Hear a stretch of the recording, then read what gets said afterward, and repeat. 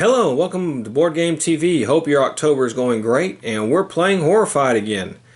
And this time we're playing against Frankenstein and the Bride of Frankenstein. Before we get into that though, let's see who I picked.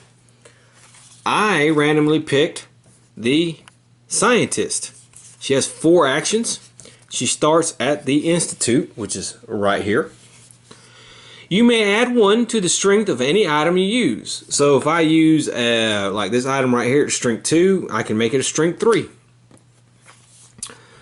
That's actually, I randomly picked this now. This is actually going to help me and, okay. Yeah, you'll see. And my perk card I got was Rush, move a hero up to 4 spaces. Okay, so we have Frankenstein, who starts at the graveyard here, and we have the Bride of Frankenstein. They play together, okay? So they're frenzied, so whenever, this is going to be a little bit harder because whenever the frenzy hits, they're going to really move. Okay, so Frankenstein and the Bride must be educated so they can live peacefully. And whenever the exclamation point comes up, it says, "Here comes the bride. Move the bride 1 space towards Frankenstein." Now, we have to teach the monster. In Frankenstein's space, use yellow, or in the bride space, use blue. Increase the monster's humanity by the item's strength and move the monster that many spaces. Okay, so they come with these dials. This is Frankenstein's dial. It starts at 0, okay? This is his little piece. This is the front of it, and this is the back of it. It has his face on the back, okay? So you start the game, you put his dial at 0, and you start the game and you put the bride's dial at 0. So what I got to do is I have to occupy the same space as the monster, discard 1 item, and the rules are very clear. I can only discard 1 item. So if I have like 4 yellow items and I get in Frankenstein's space, I can only discard 1. And so let's say I were to go in his space and I were to discard this yellow item, which is worth 3, and I would move his dial to 3 here on the thing. When his dial gets to 11, I'm going to flip it, and it means his became human, or he's learned humanity. The bride's dial goes to 8, and she takes the blue. So I got to do blue items. So I got to get yellow and blue items. But my ability here lets me add 1 to the strength, means I'm going to be able to do it a little bit faster. So that's pretty good. Okay, when the monsters meet, if both dials show the monsters' faces, they are defeated. So we get the monsters to meet each other, basically get in the same space, and we have both dials turned to their faces, we've won. However, otherwise, increase the terror level, place Frankenstein at the graveyard, and place the bride at the dungeon. So if we haven't got their dials turned face up, if they meet and go into the same space, then we put them back here at the graveyard, put her back at the dungeon, and remove the terror level up. Okay? So, and for any clarification, this rule book has each monster pretty good. So, if you choose to play, you must face them both. You must teach them. And if Frankenstein and Bride are ever in the same space before it increases, okay, have their own monster symbols and are treated as separate monsters. However, if they have the frenzy marker, only Frankenstein is frenzied. Okay, so only Frankenstein is going to do an extra activation. Okay. Move and attack only with Frankenstein. Okay.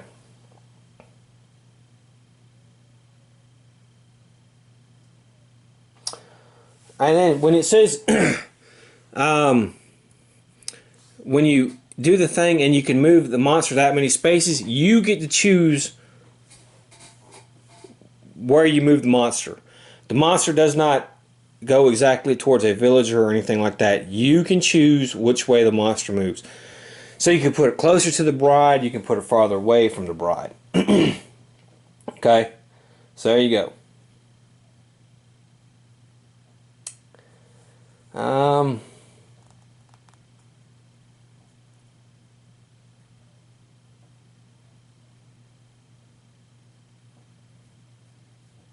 Okay. And that's basically it. So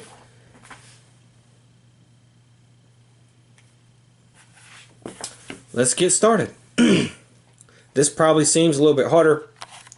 As you can see, his order is 3. So just try to remember that.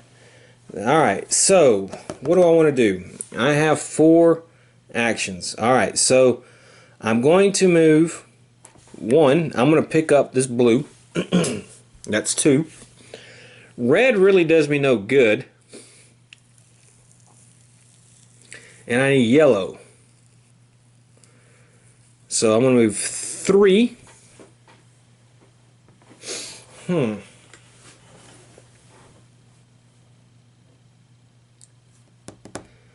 And I think what I'm going to do, I'm going to play my perk card, actually.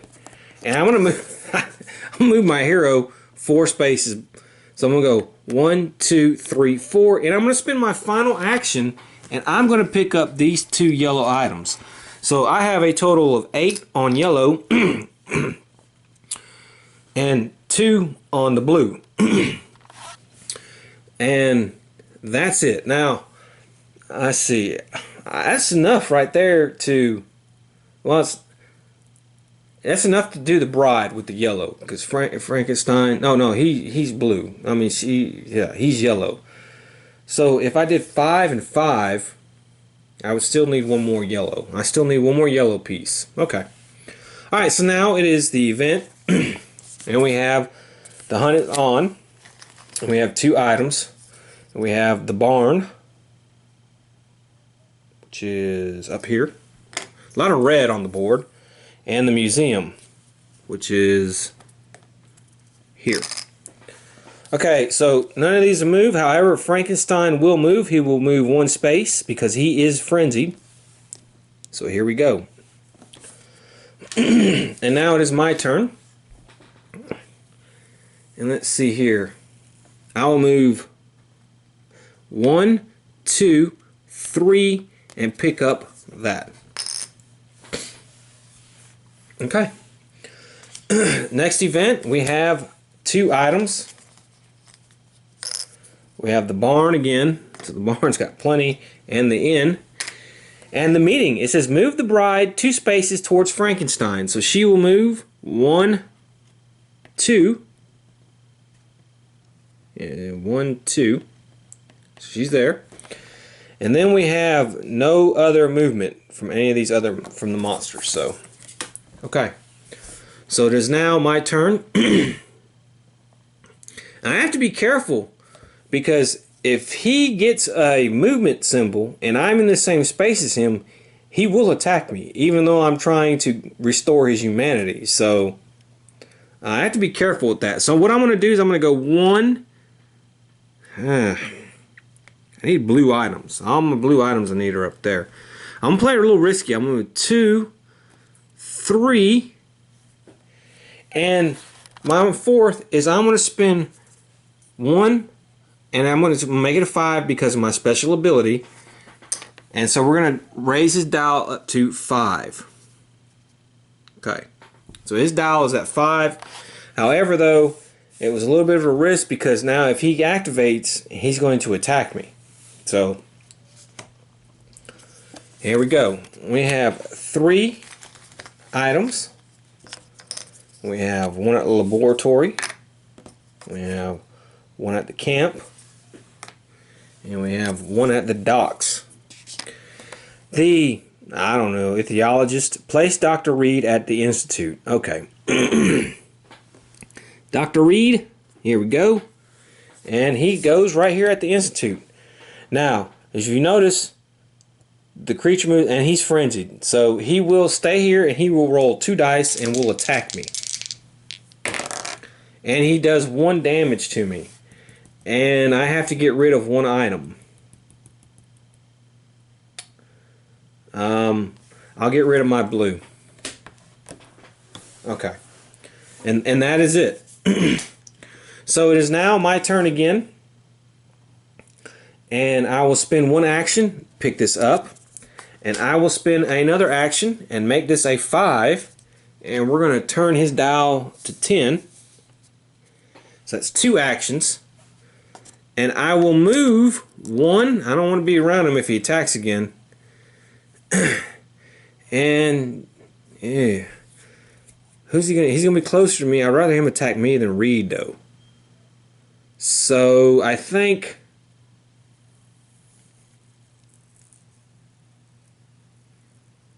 we're trying to get him to the camp, and the camp is all the way over here. So I don't know if I'm gonna get him all the way over there. I'm gonna take a little bit of a risk, and I'm gonna move here to the shop. Okay. Next turn, we have no items. Dracula's not on the board. We do have the bride. She will move 1 space. So she moves here. Frankenstein will move 1 space. So he moves there. And no attack. Okay, so I'm going to move 1. And I'm going to spin this one right here. And I have now restored Frankenstein's humanity. So that's 2 actions. And I will move 3. I should try to maybe go up here. Man, I need more blue stuff. I'll go here 4. I'll kind of be a buffer between him and Reed, and I can also get that item next turn. Okay, next event. Alright, so we're not going to have any monster movement, so that's pretty good. So I'm going to spend 1 action. I'm going to pick that up. I'm going to go 2. I'm going to go 3. And I'm going to spin this and turn this into a 4. And I'm going to turn the bride style to 4. And that is it for my actions. And I hope we don't get in the same space. So next up is former employer. Place Dr. Cranley at the laboratory. Okay. He's right here. Okay, so Frankenstein will move. He'll move 1. And that's it. Okay, so next is my turn.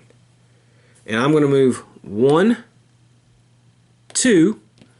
I'm going to pick up these items, which is going to be 3. And I will move here to 4. Okay, next event.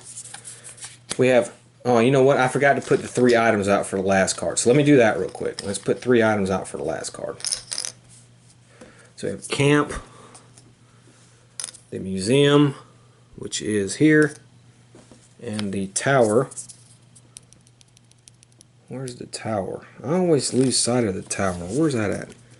That's the shop, laboratory, the docks, theater. You'd think I'd be able to see it. No, there it is, right there. Okay, now I have to put 3 more items. And I have, again, the laboratory. So that's where he's at. The camp, up here. And the institute. And then the innocent. Place Maria at the barn. Okay, so she's going to the barn. And we got to try to get her to the camp. Okay, we're going to have problems. Okay, so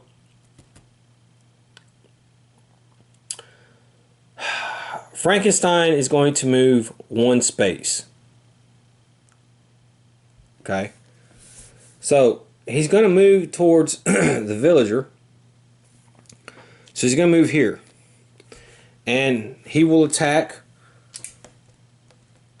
with 3 die. So I'm pretty sure. Okay, so he kills Dr. Cranley. So Dr. Cranley died. We moved the terror up 1.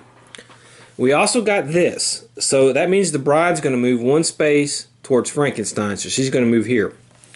Okay, now the bride will actually go. And she will move here. Okay, and they're in the same space. Okay, so they have both have not got their humanity yet. Frankenstein has, but she hasn't. So he will move back to the graveyard. She will move back to the dungeon, and we have to move the terror 1 again. Then we have the frenzied marker. which is Frankenstein. So he will move one space. There's nobody in that spot. So that was pretty bad. Okay. It seems to me Frankenstein and them, they always moved villagers. You don't really move them to each other unless, I mean, there's no rule. You'd think there would be a rule thing in here, but there's no clarifications. There's not in there. And it says, and on this here doesn't say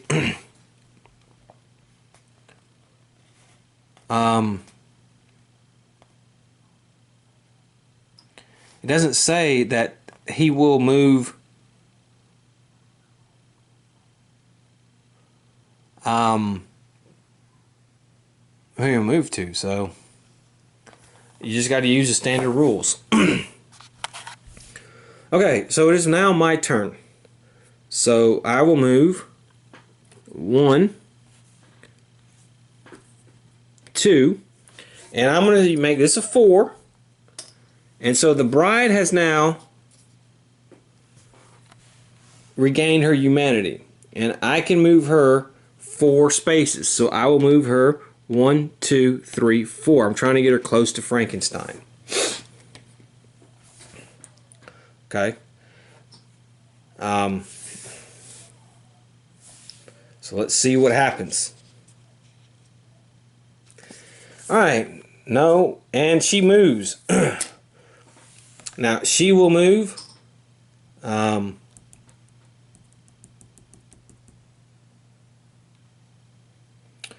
one space.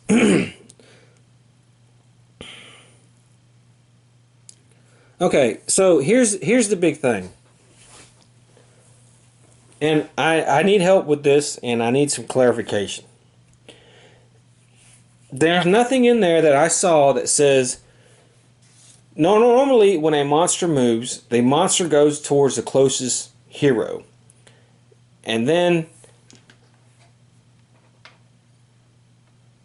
the villager. So it's hero, then villager. If they were the same or equal distance apart from them.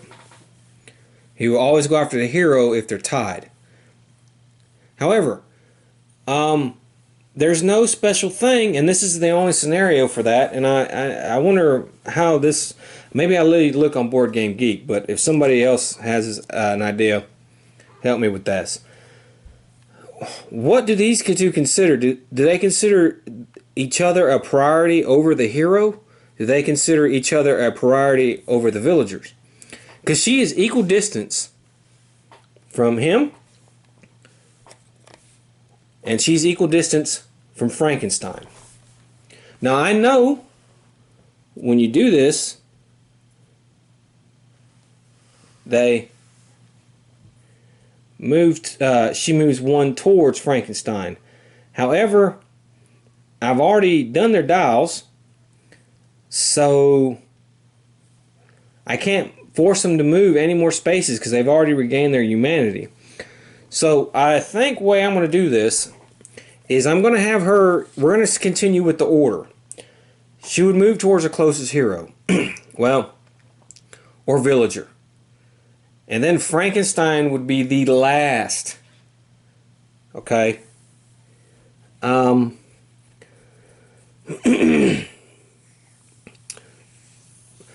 So I'm going to move her 1 space towards the villager.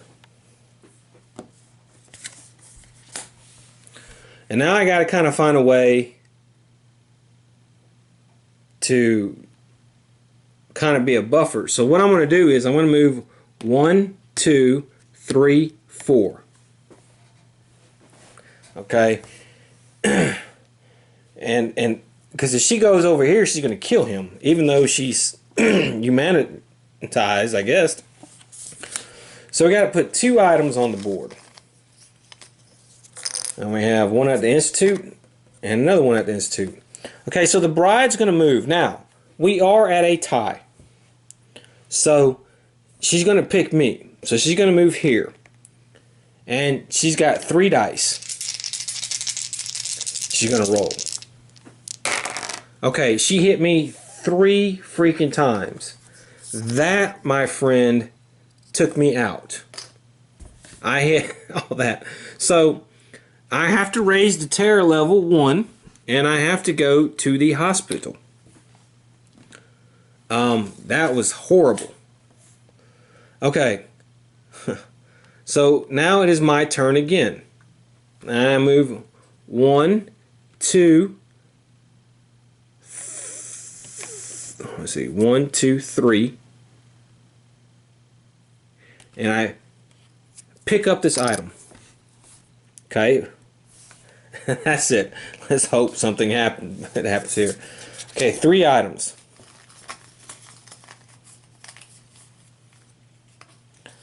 Okay, so we have the barn, we have the abbey, and we have the inn. Okay.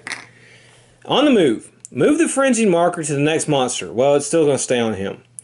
Move each villager 1 space towards their safe location. Okay, so she's trying to get to the camp, so she will move 1 space towards the camp. He's trying to get to the camp, so he will move 1 space there. Now the frenzied monster will go. Okay? He's going to activate, and he's going to move 3 spaces. So he's going to move 1, 2, but now he is in the same space as the bride. So if are defeated, otherwise they are defeated. So because of that frenzy thing, we came close to losing. 1 more, and if she had activated, I would have had to fight her, and she could have easily killed me again. We would have lost. So as you can see, this one's a little bit more harder. This is the only one that's really complicated with that. In which order do the Frankenstein and the bride do it? I played it as like normally. All monsters will go after heroes and villagers. If they're equal distance to each other, they will choose the hero first, then the villager. And then I think when you play with Frankenstein or the bride of Frankenstein, when you're playing with them, if one of them is closer than a hero or a villager, they will move towards them. But if they're equal distance, they'll still pick the hero, then the villager, then the other creature. That's the way I think I would play it. I'm not sure if that's correct. So, the more I thought about it, I think that makes sense, to be honest with you.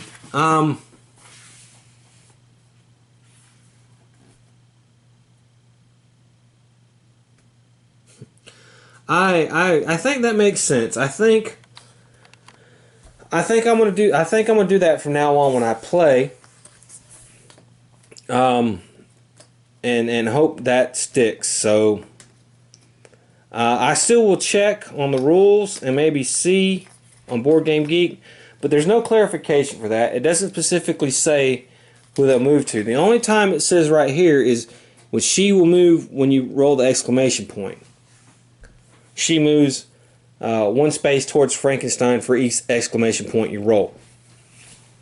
I still think you go with the hero villager order that you normally would. So there's that.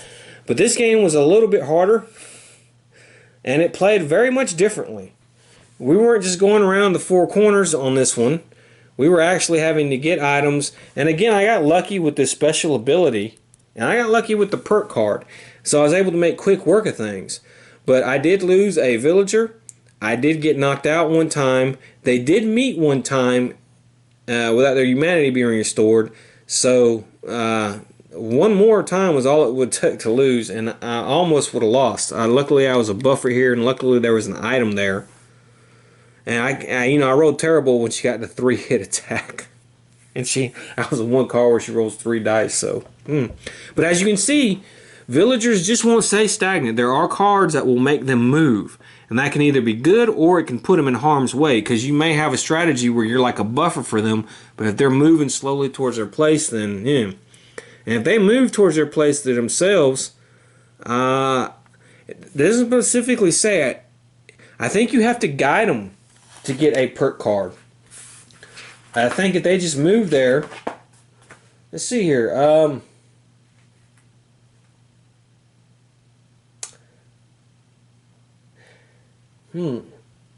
As soon as a villager reaches their safe location, they reward you for your assistance. The current player removes the villager from the board and draws a perk card. See, there's no clarification on that. What if they were, because of those cards, were to automatically... Now, I think there's only so many of those cards in the deck, so I don't think they can honestly move all the way across the board with cards like that. Because I don't think there's that many of them in the deck to move them one space. And as you can see, they got to be moving, booking it. But I think it is possible that it could happen. She was only 1, 2, 3, 4 spaces away. So who knows? I haven't gone through the deck because I kind of want to keep it a surprise and didn't check the cards. So if there's less than 4 cards, she never would have got there. But who knows? I'm going to play it to where if they get to the safe space where they got to get to on their own because of a card, then I don't get a perk card. I have to officially guide them to the spot to get the perk card. Okay? I think that's the way I'm going to play that. So, yeah, a little confusing on some issues on this game, but hey, I still liked it. It was still fun, and it still played very much differently from how Dracula played. Well, I hope you enjoy it, and I will see you next time. Until then, have fun.